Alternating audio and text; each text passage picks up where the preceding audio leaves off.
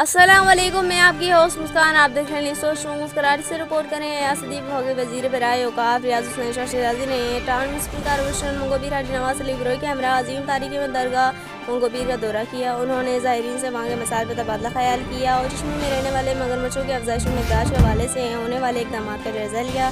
इनके हमरा मौजूद माहिरीन ने मगरमच्छों का तबी मुआयना किया। इस मौके पर चेयरमैन हाजी नवाज अली गिरोह का कहना था कि हम खुशनसीब हैं कि हमारे टाउन में यह अजीम दरगाह है जिसमें हज़ारों ज़ायरीन आते हैं। मेरे वफाकी वज़ीर से गुजारिश है कि यहाँ के मसाइल हल करवाएं।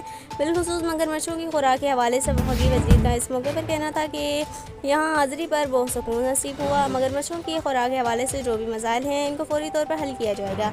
इनमें बास कम जगह होने की वजह से जल्दी अमराज में मुब्तला है। माहिरीन में इनका मुआयना कर लिया है, जल्द से जल्द इनका इलाज भी शुरू कर दिया जाएगा और दरगाह में दूर हाजिर की तमाम सहूलियात फराहम की जाएगी। इस मौके पर MPS और टाउन के अरकान कौंसिल भी मौजूद थे।